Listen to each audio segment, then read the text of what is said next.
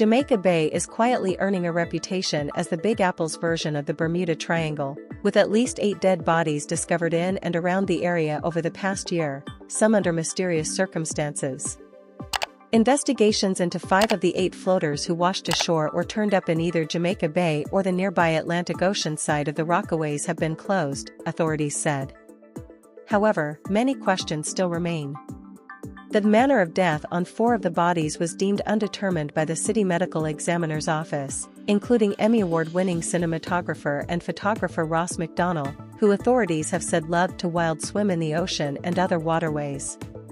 The 44-year-old Irishman's headless, armless torso washed up on a breezy Point Beach November 17, 2 weeks after leaving his Brooklyn home. Police initially said they believed McDonnell likely drowned taking a late-night dip, but the ME said it declared the cause of death undetermined based on the lack of evidence off the predominantly sparse skeletal remains found.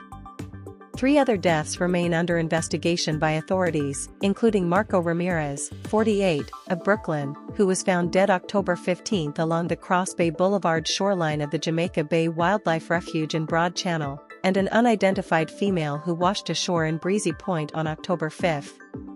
City coroners have so far only been able to determine both the cause and manner of death for one of the 8 deceased, a headless man whose unidentified remains were found in April by a fisherman near 165th Avenue and Cross Bay Boulevard in Queens. About 1,000 feet away, authorities found a rope hanging from the Joseph P. Adabo Memorial Bridge. That case was declared a hanging suicide, according to the medical examiner's office. Councilwoman Joanne Areola, R. Queens, who represents much of the Rockaways, said she expressed concerns to authorities over the summer after the body count reached 5, only to be told by law enforcement they didn't believe the deaths were connected. However, the latest dead bodies mysteriously washing up have her even more concerned. Growing up, you'd hear about bodies in the East River, the Hudson River, but not in Jamaica Bay, said Areola, who was raised in nearby Howard Beach.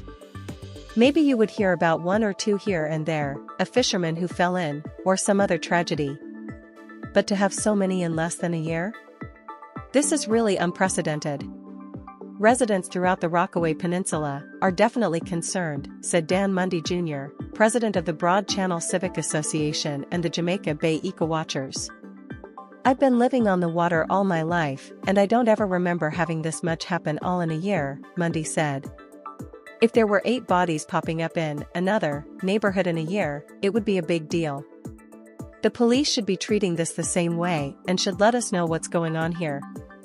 Paul King, president of the Bell Harbor Property Owners Association, also said he's never seen such a wave of dead bodies in or near Jamaica Bay.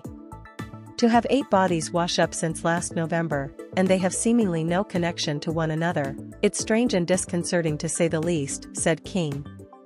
Jamaica Bay is a partially man-made estuary predominantly located between southern edge of Brooklyn and the Rockaways and other nearby parts of Queens. A small part also touches Nassau County. The NYPD declined to provide additional details about the deaths or address community concerns. However, floaters surfacing in New York waterways is not unusual, said Joe Giacalone, an adjunct professor at John Jay College of Criminal Justice and retired NYPD sergeant who previously headed the Bronx Cold Case Squad.